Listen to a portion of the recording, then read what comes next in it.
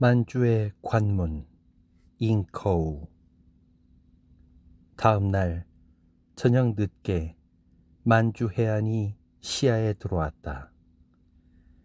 베이지리의 넓고 황량한 해안을 지나고 시원한 바닷바람을 다시 만나니 기분이 상쾌하다.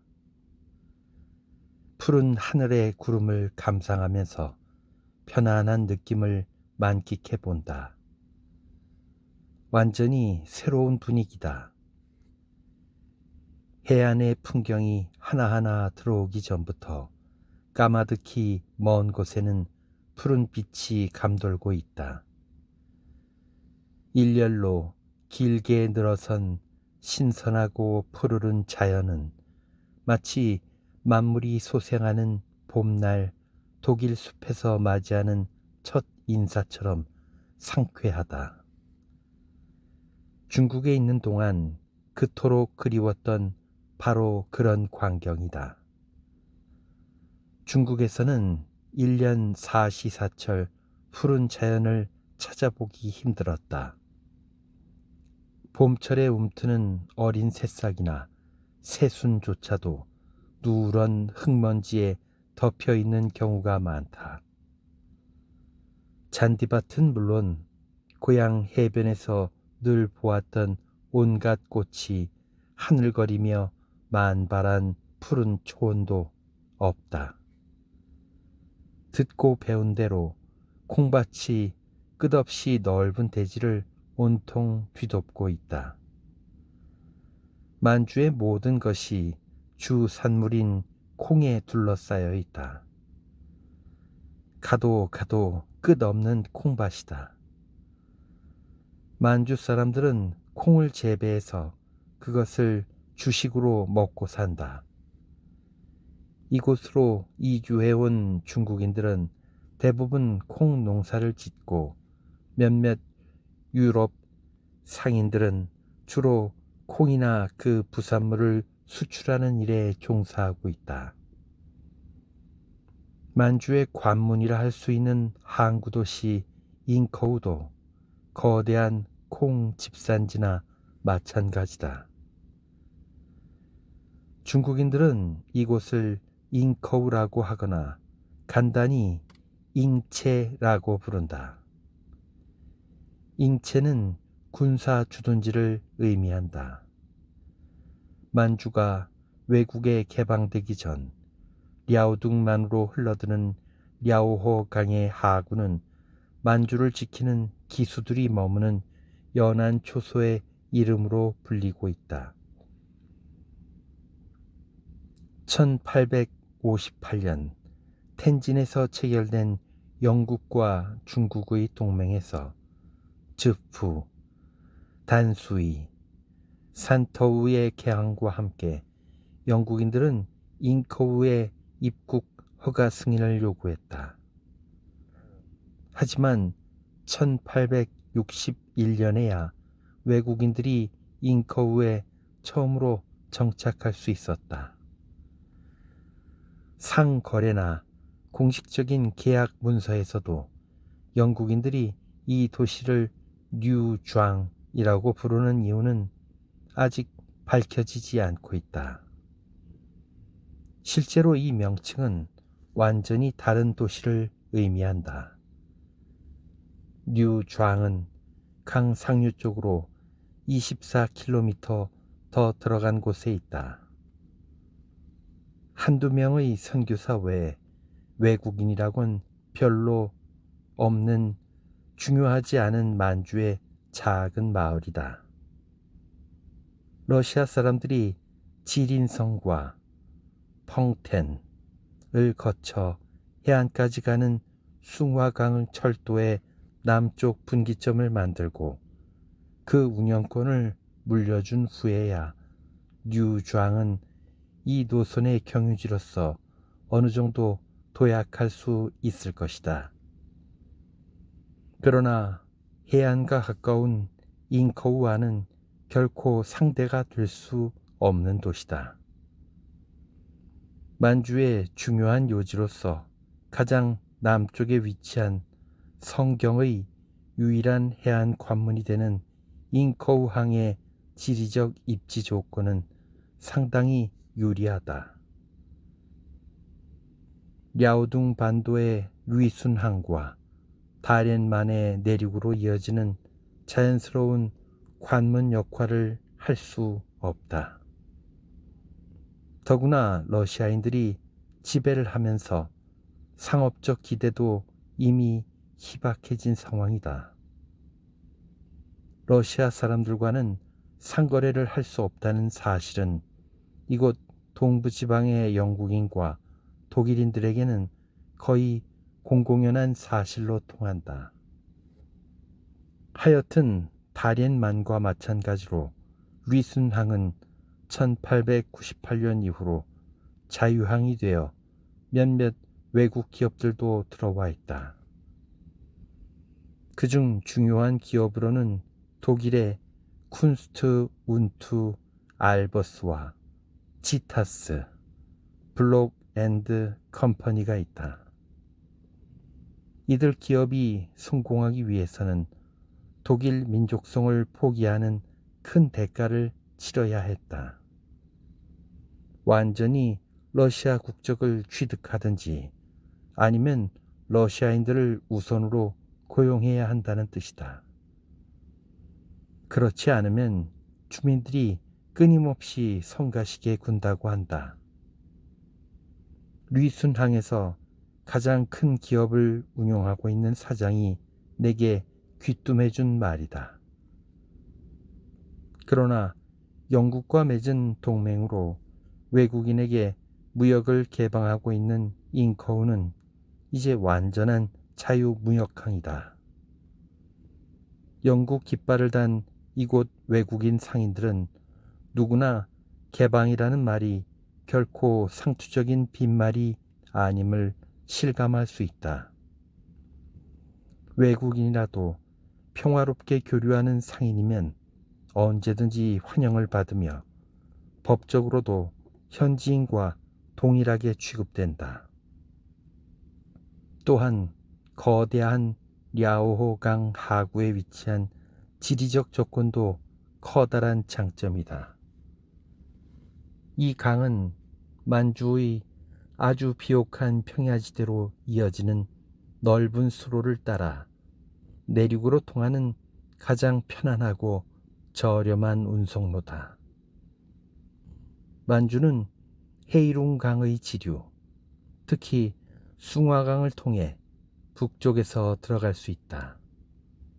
그러나 대륙의 가장 북쪽에 위치해 자연스럽게 교통요지가 된 헤이룽강과 지리는 산림지대라서 성경의 비옥한 농지에 비하면 그 가치가 한참 뒤떨어진다.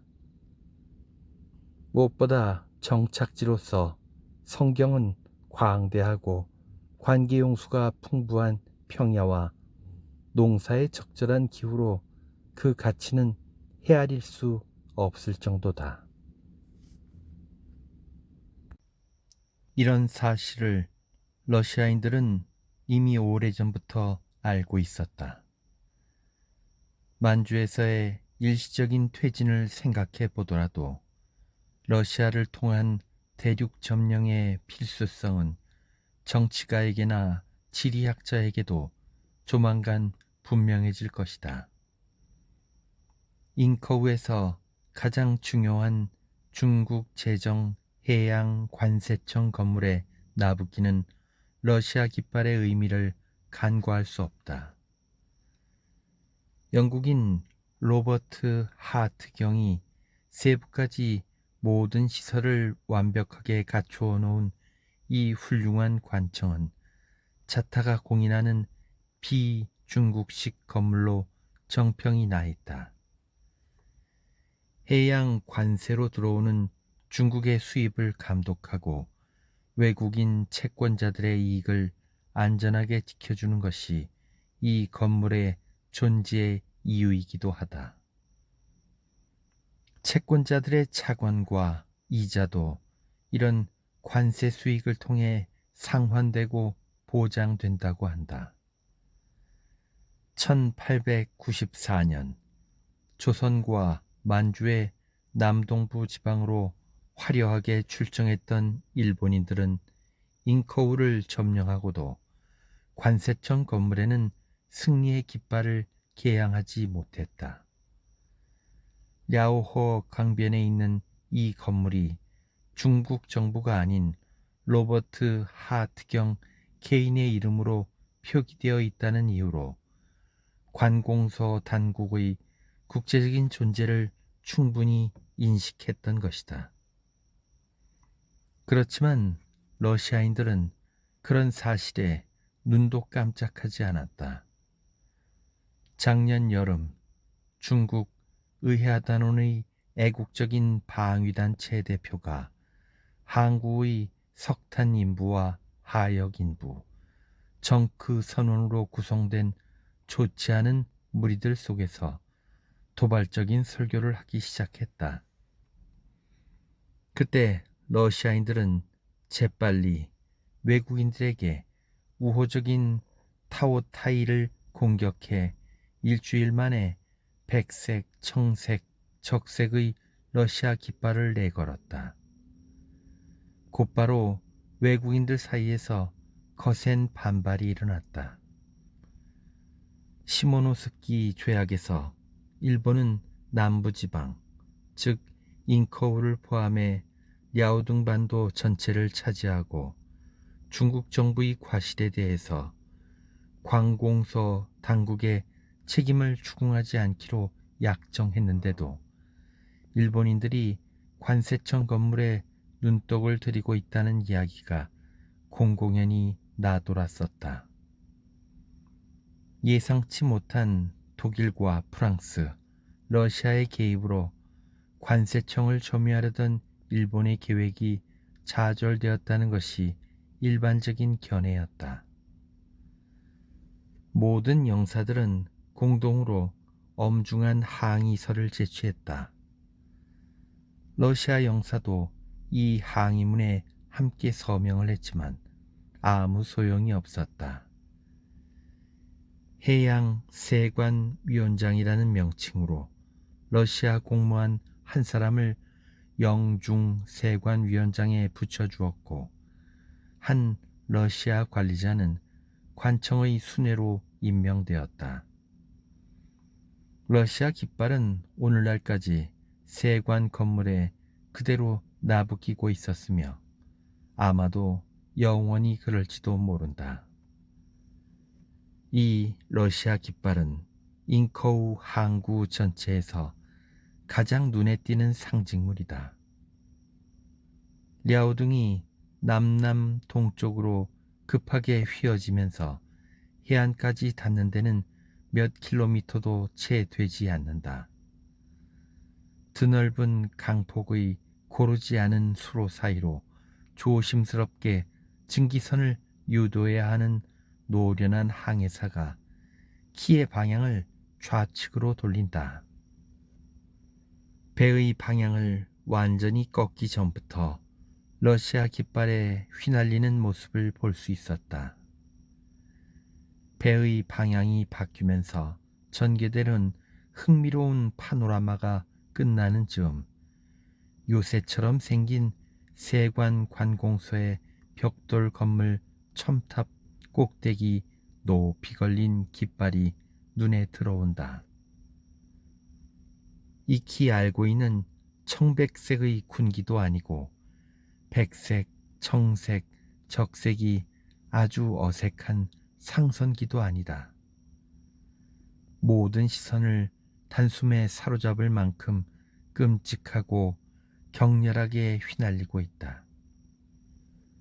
선수기의 청색 바탕에 국가의 상징색이 있고 그 아래 이상하게 생긴 십자형의 해머들은 마치 약사들이 독약병의 해골 문양 아래 십자형으로 그려놓은 되태골처럼 생겼다.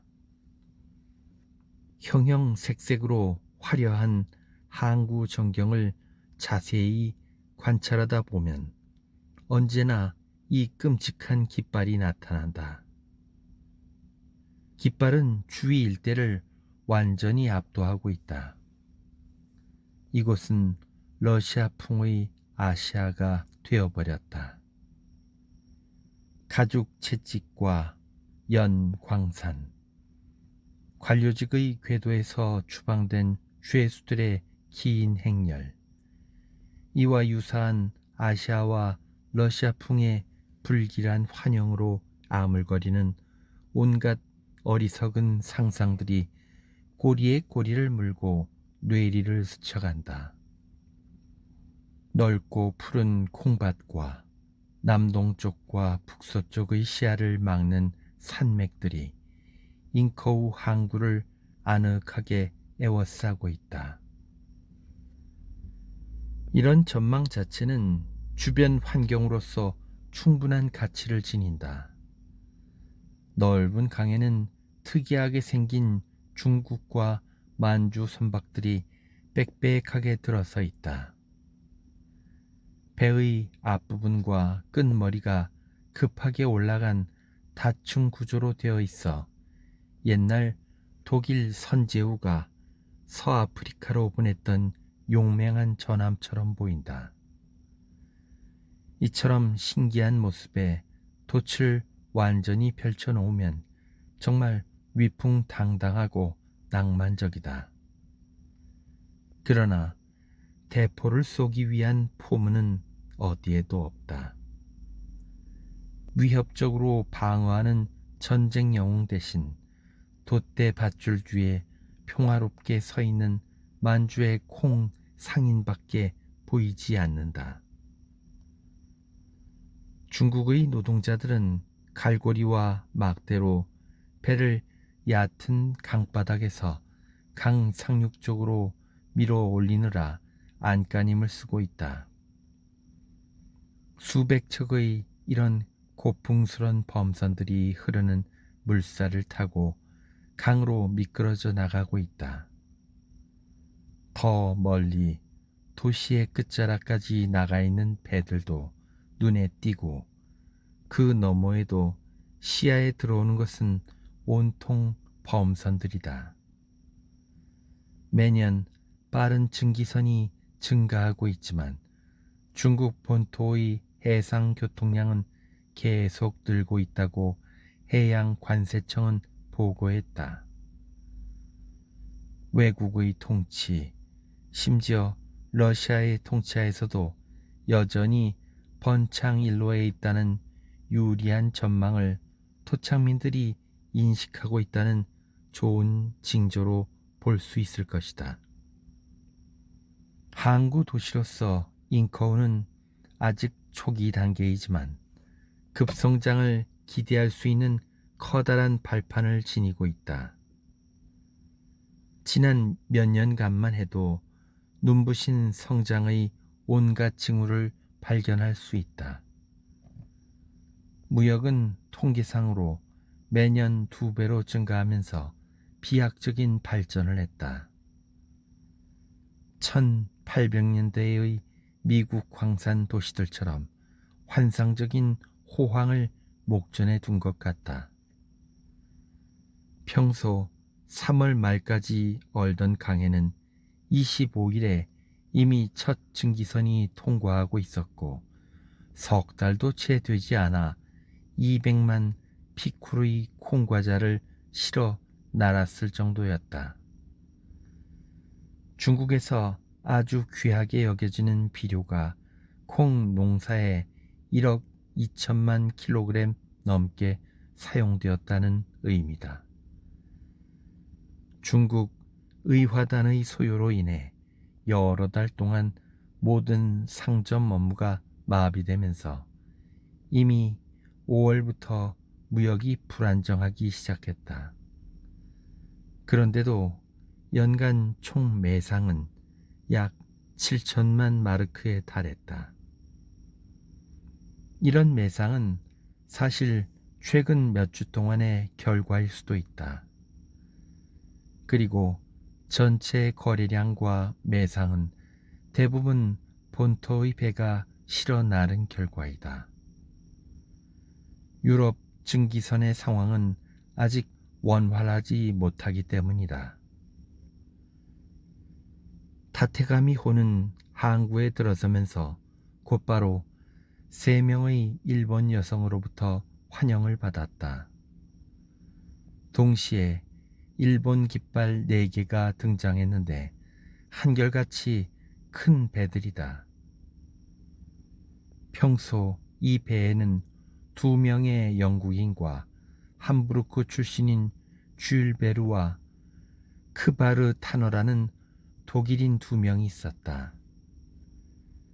나중에 들은 바에 의하면 이들은 대부분 일본 회사에서 회계 일을 하고 있다고 한다. 해안가 곳곳에 눈에 띄는 카자크 사람들의 하얀 셔츠와 당당하게 휘날리는 러시아 깃발이 있지만 일본은 이곳에서도 단연 선두를 달린다. 적어도 선박 교통에 관해서는 일본이 황해의 주인인 셈이다. 잉커우에서 독일과 독일인에 관련된 내용을 찾아보기는 쉽지 않다. 주소록에 의하면 6만 명의 주민 중에 외국인 거류민들은 100명이 겨우 넘으며 그중 독일인은 2명밖에 없다고 한다. 함부르크인 2명이 타고 있는 증기선의 독일 깃발 외에 항구에서 나를 환영하는 고향 물건이 또 있었다. 바로 커다란 금속판에 흰색과 푸른색으로 그려진 베를린의 초콜릿 공장 광고판이었다. 그 위력을 빌어 보호를 받으려는 듯 정크의 중국인 성장은 이 간판을 부적처럼 여겨 배의 후미에 달고 다닌다. 이 광고판이 어떻게 멀리 만주까지 오게 되었는지는 하늘만이 알겠지만 어쨌든 독일 상점이 베를린 초콜릿을 수입했을 리는 만무하다. 잉커우에는 독일 상점이 하나도 없기 때문이다. 도시와 농촌이 얼마나 밀접한 관계를 맺고 있는지 주민들과 주요 상인들에게 알아보기 위해서 다음날 아침 육지에 올라가서야 그런 사실을 알게 되었다. 주머니에 함부르크와 브레멘 굴지의 해운회사 대표에게 보내는 소개장을 넣고는 우선 해외 영업소 중 제일 먼저 눈에 띄는 큰 상점에 들어가 보았다. 이름이 눈에 익는 것으로 보아 이곳에 소개장을 받을 사람이 살고 있는 것 같다. 사무실의 남자들에게 편안히 독일어로 말을 걸었더니 대부분 놀라면서 머리를 흔든다. 죄송합니다, 손님. 저희는 러시아어를 모릅니다. 나의 훌륭한 독일어를 러시아어로 간주할 정도로 만주 땅은 독일인이 등장할 가능성이 희박한 나라다. 관계자와 종업원 몇 명은 독일식 이름을 가지고 있었지만 완전히 영국식으로 변한 이 상점에서 얻은 것이 있다면 독일인 한 명이 세관 관청에서 중요한 지위를 차지하고 있다는 사실이다. 이런 정보는 비록 반가운 소식이긴 하지만 그리 놀랄만한 일은 아니다. 독일인들도 러시아나 스칸디나비아 사람들처럼 전문화된 관청에서 간부직으로 널리 종사하고 있음을 공식적인 통계로 보여주기 때문이다. 나는 우선 세관 관리 사무실에서 전권 대리 자격에 해당하는 슈미트 씨를 찾았다. 루돌프 슈타트 출신인 그는 내게 매우 호의적이었으며 잉커우 체류 허가증을 즉시 내어주었다. 현재로서는 만주 남부지방의 정치와 무역 상황에 대해 그이만큼 믿을 만한 정보를 제공해 줄 사람은 아무도 없을 것 같다. 슈미트 씨는 중국에서 공무원으로 1년간 근무했으며 지금 막 러시아와 새로운 관계를 맺은 성경에 대해서도 정통했다. 중국 북부와 중부지방에 오래 체류한 덕분에 중국어에도 능통했고 이곳에 사는 어떤 외국인보다 중국과 러시아 사이의 상황을 잘 전할 수 있는 유능한 인물이었다. 성경의 군사령관 체르피츠키 장군이 내륙으로 진군하던 그해 봄, 러시아군은 그에게 원정에 함께 동행해 줄 것을 부탁한 적도 있었다. 대개 이런 방식으로 장군이 타고 간 러시아 포함으로 정보 수집이 가능했던 그는 만주 남부지방 랴오둥에서 강변 유역의 지류가 흐르는 서해이룽강의 상황까지도 잘 파악하고 있었다. 그러나 내륙 상황에 대해 좀 더 고무적이고 유리한 정보는 거의 없었다.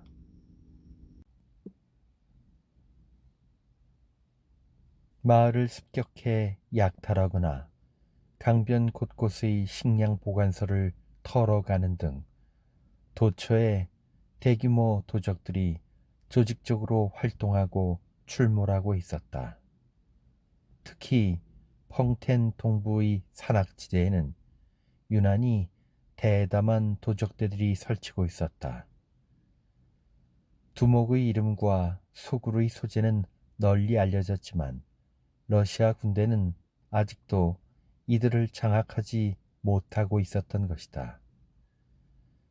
압록강 부근의 조선 국경 지방에도 막강한 도적단들이 진을 치고 있는데 이곳 역시 대부분 중국인들이 조직적으로 빈번히 출몰하고 있어 이들을 통제하는 데 엄청나게 많은 군대 병력이 소모되고 있었다. 만주와 마찬가지로 중국인들도 일본 촌왕이 지배하던 백인이 지배하든 전혀 상관하지 않는 듯하다. 이처럼 통치자의 위력을 직접 실감하지 못하는 한 내륙의 주민들은 자체적으로 해결해 가는 수밖에 없다. 다만 도시와 지방이 평정되고 서로 방해받지 않으면서 무역에만 종사할 수 있다면 결국 유럽인들도 만사가 해결되는 것이다. 유독 영국인들 말은 러시아 민족에 대한 강한 반감을 가지고 있음을 느낄 수 있었다. 러시아의 포함 오트와시니 호가 공격을 개시한 후 태평양과 광둥 주둔 러시아군의 총독이자 사령관이란 약간 거창하게 들리는 직위의 부제독 알렉세예프가 잉커우 주재 러시아 영사 오스트로베르코프를 만주 임시 민간 최고 사령관으로 임명하자 영국인들은 고국의 신문사에 살려달라는 구원 요청을 줄기차게 해오고 있었던 것이다. 러시아 포함 오트와시니호가 강에서 쏘아 올린 축포를 공격으로 오인해 시내는 대혼란에 빠진 적도 있었다. 러시아의 만행에 흥분한 영국 언론사들이 이 사실을 대서특필했고 그 결과 전 세계로 알려졌다. 만주 합병이 불리한 시기임을 인식한 러시아는 페테르부르크에서 즉시 퇴각을 명령했다. 실제 군대 병력이 대대적으로 철수되었으며 잉커우와 강변에 이르는 구간에 극소수의 초병만 배치해 두는 정도였다. 만주에 있는 외국인들을 안심시키기 위해 베이징에서는 평화의 상징인 올리브 가지를 단 특별 사절단을 파견했다. 러시아가 개입된 듯 하지만 베이징 타임지의 대변인이 직접 찾아와서 러시아 황제는 만주를 차지할 생각이 전혀 없음을 동족들에게 해명하기도 했다. 그제야 대륙에는 안도의 분위기가 감돌았다. 적어도 영국 거류민들 사이에서는 헤이룽강과 연안 지방은 만주와 같은 전례를 만들지 않을 것이며 듀로옙스키에서 하이라얼, 블라고베시첸스크에서 치치하얼과 지린을 통과하는 시베리아 철도 구간도 평화적인 용도로만 운행될 것이라고 믿게 되었다. 러시아는 잉커우에서 무역에 손대지 않고 있다. 만사를 쉽게 믿는 선량한 사람들 중에는 러시아에서 더 이상 미래의 지향적인 무역 강대국의 역량은 찾아볼 수 없다고 믿는 사람도 상당수 있다. 만주와 러시아 항구처럼 오데사에서 오는 러시아 상품의 수입은 다른 국가에 비해 훨씬 적다. 미국에서 수입되는 물품은 러시아의 3배가 넘으며 홍콩과 일본 상품은 8배나 된다. 유감스럽게도 해운 세관 통계의 특성상 수입 상품의 국적은 알 수 없다. 그렇지만 이 방한 선적의 깃발은 기록되어 있어 독일기를 달고 홍콩이나 상하이로 가거나 일본기를 달고 랴오둥 하구까지 운송되는 독일 상품은 이곳 잉커우에서는 일본 화물로 공식 기록된다. 러시아에서 들여오는 것은 대부분 바투미의 등유와 블라디보스톡의 품질이 아주 나쁜 성냥으로 모두 외국의 깃발을 달고 항구로 들어온다. 시에서는 물론 세관원의 공식 연도 보고서에도 매년 단 한 척의 러시아 배가 시베리아산 해초를 싣고 강으로 올라오는 것으로 되어 있다. 중국인들이 먹는 국이나 각종 요리 양념에 사용하는 이 해초는 만주의 중심 항인 잉커우에서 수년간 러시아가 독자적인 수입품으로 등록할 수 있는 유일한 품목이다. 비록 러시아, 중국 합자은행을 러시아보다 외국 자본이 많이 투자된 기업으로 오인하지 않더라도 러시아 회사는 현지에 단 하나도 없다. 전체 교역량의 상당 부분은 일본이 차지하고 있다. 일본은 나가사키 항처럼 훌륭한 항구와 황해를 누비고 있는 막강한 무역 선박을 갖고 오래전부터 다른 나라들을 앞서고 있다. 일본은 총 교역의 86%를 차지하고 있으며 그 물량은 작년 한 해 동안 6배나 증가했다. 중국과 만주의 원주민들이 담배 연기에 점점 길들여지면서 일본 무역의 훌륭한 고객이 되고 있지만 아직은 면 방직물이 압도적이며 현지 외국인들이 주로 이용하는 맥주, 생수, 성냥과 담배가 특히 많다. 여기서 넓은 안목을 지닌 일본인들의 불타는 성취욕이 조용히 만주를 교역 대상으로 개척해 나가고 있는 모습을 볼 수 있으며 실제로 일본인들은 만주를 경제적으로 지배하고 있다. 반면 러시아인들은 적어도 이번만은 시대에 걸맞지 않는 과격함과 성급함으로 교역놀이에 실패하고 만셈이다. 그러나 러시아는 기다리는 법을 배웠다. 누구나 추구할 가치가 있는 가장 위대한 동양의 삶의 지혜를 배운 것이다. 이후 러시아가 얻게 될 성과들이 있다면 바로 이러한 인내 덕분이 아닐까. 사흘째 되는 날까지 우리의 타테가미 마루호는 출항할 준비는 하지 않고 아직도 이곳 랴오호 강에 머물러 있다. 처음에는 잉커우에 하적할 물건이나 배에 실을 화물이 없기 때문에 잠시 체류할 예정이라고 했다.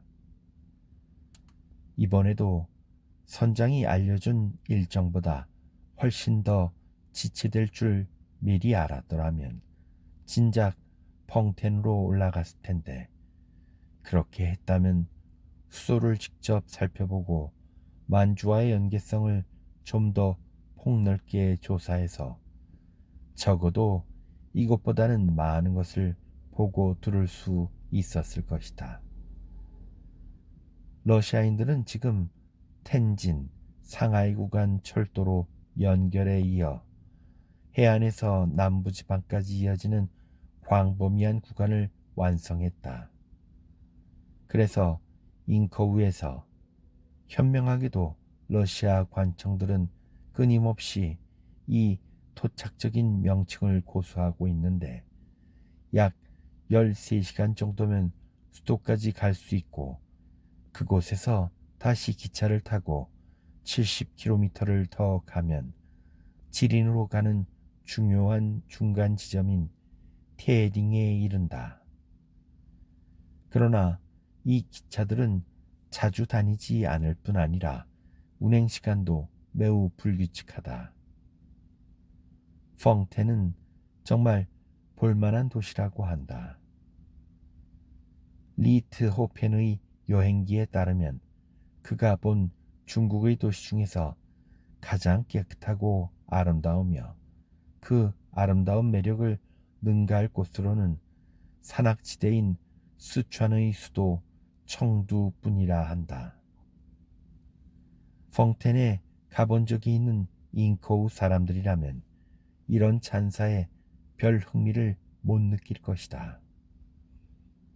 하지만 현지 주민들은 그런 아름다움에 둔감하다는 사실을 염두에 두어야 한다. 오랫동안 살면서 아름답고 매력적인 곳에 익숙해져 무감각해진 사람들에게는 새로 지은 여관이나 전기선로 아니면 그와 유사한 변화가 훨씬 더 생동감 있게 보이는 법이다. 예를 들자면 관광객들은 아주 멀리서 오래된 유산을 보기 위해 중국으로 오지만 원주민들은 오래된 기념물에 시간을 할애하기보다는 새로운 변화에 더 관심이 있다. 그래서 그런지 펑텐에서 멀지 않은 만주 제후의 묘지들이 어디 있는지 물어보았지만 유명한 유적지인데도 모두들 시큰둥한 반응이었다.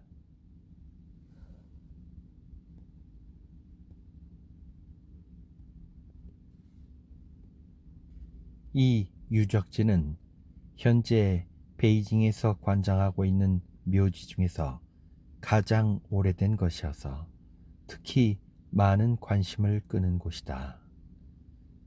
세계에서 가장 오랜 전통을 가진 문화의 나라 중국에 고대의 유적이 없다는 사실은 묘한 아이러니가 아닐 수 없다. 이처럼 고대의 유적이 유난히 보기 드문 이유는 역사상 끊임없이 급변했던 중국 왕조의 정세와 기후의 특수성에 기인한다. 이런 유적은 수천 년의 역사를 자랑하는 중앙제국보다 유럽의 신생 국가들이 훨씬 더 풍부한 편이다. 이 나라에서 500년 이상의 역사를 자랑하는 사찰이나 기념비는 아주 드물다. 최소한 17세기 초에 만든 만주 제후들의 묘지라면 분명 방문할 만한 가치가 있을 텐데도 만주에서는 이들의 역사적 삶의 흔적을 추적하는 일의 가치를 거의 인식하지 못하고 있다.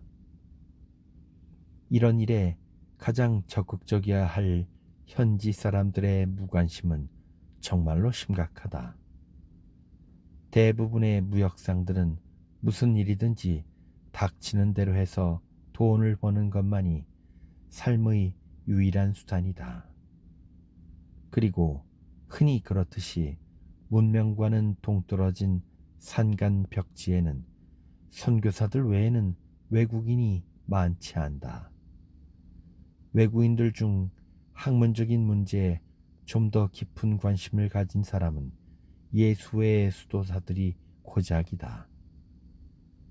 영국과 미국의 개신교 선교단체들은 대부분 교육 수준이 너무 높아 선교사들이 밥벌이도 안 되는 기술에 종사할 수가 없었던 것이다.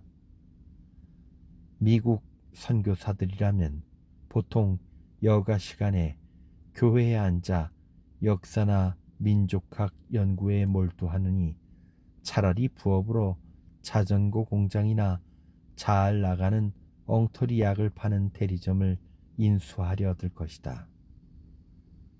역사 유적 연구는 아무 도움이 되지 않을 뿐더러 윗사람이나 물주들은 학문적인 재능도 전혀 없는 이웃 구역의 동료 사지조차 1년에 수백 권의 성경과 전도용 팸플릿을 그보다 더 많이 팔았다느니 하면서 그들에게 비난만 퍼부을 것이 뻔하기 때문이다.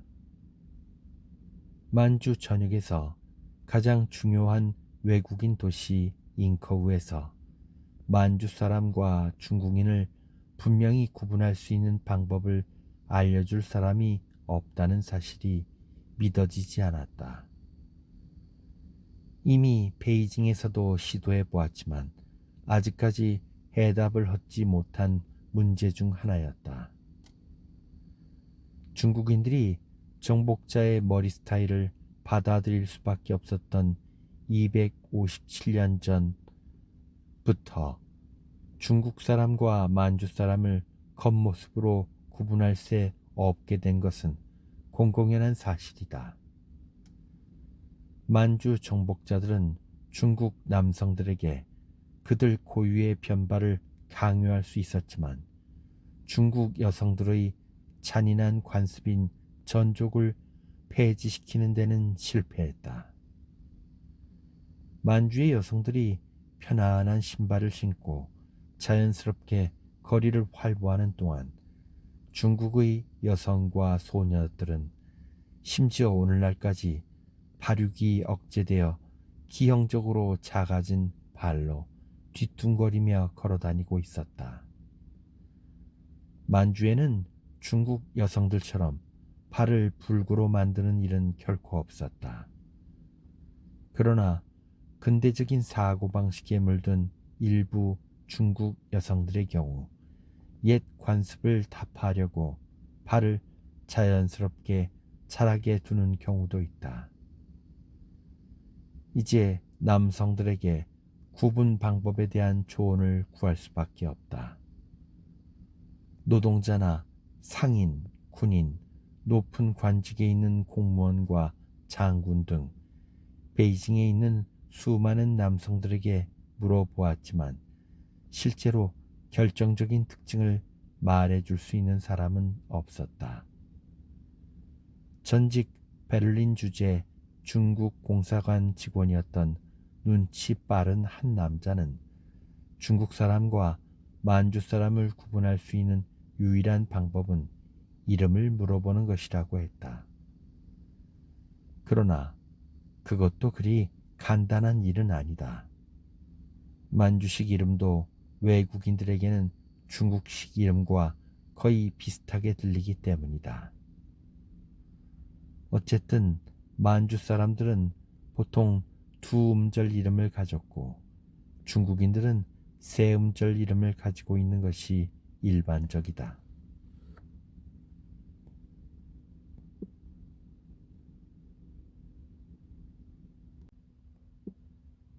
혹시 명함에 다소 긴 이름이나 짧은 이름을 가진 사람들이 있지 않을까 생각하다가 문득 시내에 사는 잉커우 남자들을 떠올려 보았다. 키가 크고 어깨가 딱 벌어진 아주 건장한 사내들이다. 이들은 항상 기분이 좋아 보이며 놀 때도 농담을 잘하고 아주 쾌활한 만큼 일을 할 때도 손놀림이 시원시원하고 신속하다. 반면 도시에 대해서는 아무리 생각해 보아도 칭찬할 만한 것이 없다. 여행 안내서 베데커에서 만주에 대해 찾아보았지만 궁전이나 기념비, 절 등 볼만한 것은 눈을 씻고 찾아보아도 없다. 문명과는 거리가 먼 오래된 마을 잉커우는 중국에서 비교적 괜찮은 지방 도시와 흡사하다.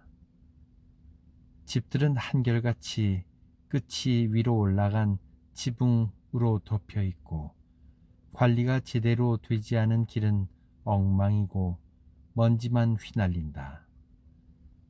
냄새가 나는 하수구나 집안에서 배출된 사람과 동물의 분뇨를 거름으로 쓰기 위해 모아놓은 거리는 여기저기 물이 흥건하다. 마치 사람들이 밀집한 중세 거리의 모습 같다. 차도 한가운데 자리 잡고 판을 벌린 이발사와 노점상, 가게 문이 열어놓고 물건의 반을 거리에 내놓은 정육점, 구두 수선공, 재단사들, 노천에 간단한 탁자와 허름한 의자를 놓고 차를 팔거나 음식을 파는 사람들, 길 모퉁이나 빈터 어디에나 볼 수 있는 이런 풍경에는 늘 빽빽하게 모여있는 손님들로 온종일 북적거린다. 거리의 중국인처럼 만주 사람도 언제 어디서나 식사를 해결하며 항상 묽은 차를 마신다. 다른 집들에 비해 유난히 우뚝 솟아 고급스러워 보이는 건물도 몇 곳 눈에 띈다. 그 중에서도 프러시아의 제후에 해당할 정도로 신분이 높은 타오타이 공관을 우선 꼽을 수 있다. 잉커우 출신의 타오타이는 어느 날 아무 이유도 없이 러시아로부터 공격을 받고 쫓겨났고 러시아 민족을 더 이상 믿을 수 없었다. 이후 그의 모습은 보이지 않고 공관은 현재 비어있는 상태다.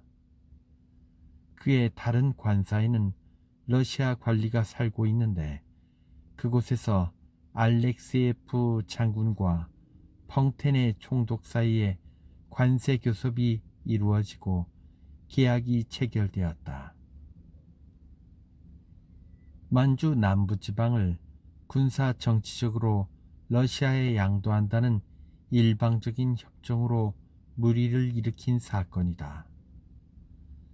동아시아에서 러시아의 승승장구를 상징하는 역사적 지표가 되는 이 괄목할 만한 건물 앞에 이제는 중국 대포가 몇 대 서 있을 뿐이다. 그 옆에 두 개의 입상이 있고 크고 건장한 카자크 기병들 몇 사람이 지키고 있다. 딱 벌어진 가슴에 탄탄한 근육질의 허벅지가 검은색의 좁은 승마복 위로 그대로 드러난다. 흔히 입는 풍성한 흰 블라우스 차림의 상의에 모자의 커다란 차양과 붉은색의 견장에는 동시베리아의 사기병대대의 마크가 새겨져 있다. 타오타이 관사 외에 닝보, 푸젠, 산터우, 광둥의 상인들이 세운 커다란 건물들도 언급할 만하다. 거래소와 상공회관 등의 대부분의 주거용 시설로 친한 동족들끼리 모여 거래를 협상하는 곳이다. 중국인들은 고향과 동포에 대한 유대감이 아주 강하다.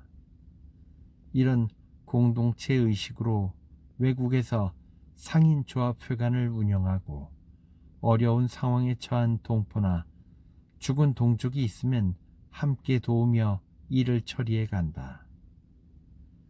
가족 묘지에 안장하고 중국인의 의식대로 영원한 명복을 빌기 위해 시신을 고향의 가족에게 보내는 일도 그들 공동의 몫이다.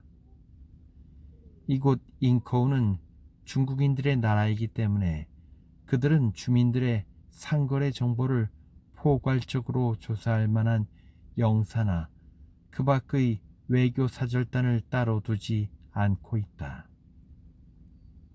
결국 다른 경로를 통해 그에 대한 정보를 추측할 수밖에 없다.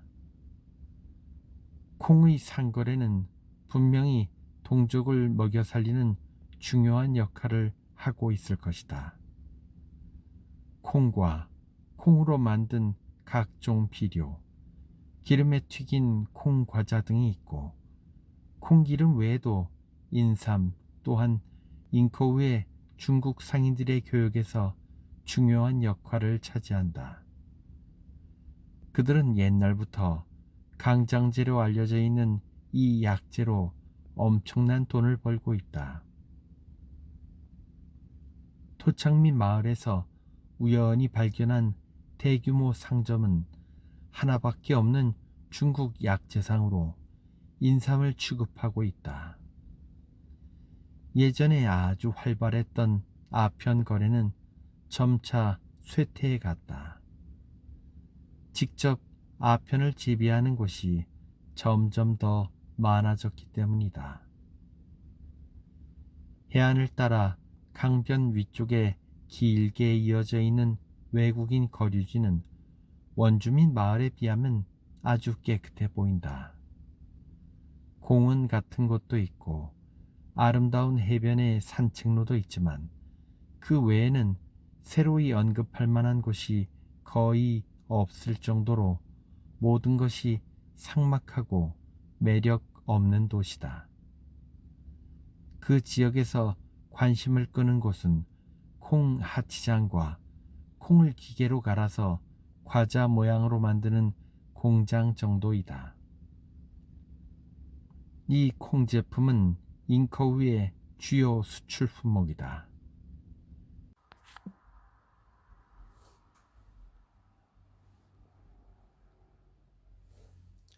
재작년에는 거의 1,300만 양까지 수출했으나 작년에는 정치적 불안으로 수출이 매우 저조했다. 얼마 안 되는 외국인들이 살고 있는 이 작은 도시에 4천만 마르크에 해당하는 거래량이라면 분명 놀라운 숫자다. 대부분을 차지하는 중국인을 제외하고 영국인 및 몇 가구와 미국인 상점에 의해 전체적인 무역 교역이 이루어진다. 독일인들이 직접적으로 무역에 관여하는 일은 없다. 그런데도 영국 상인들은 독일의 영사 파견을 촉구하고 있다.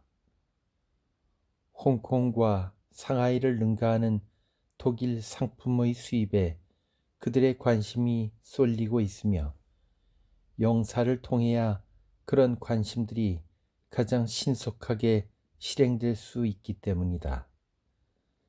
그리고 독일인 관리들이 영국인에 비해 상인들의 이익을 좀 더 열성적으로 옹호하고 잘 대변해 주는 것으로 알려진 탓이다.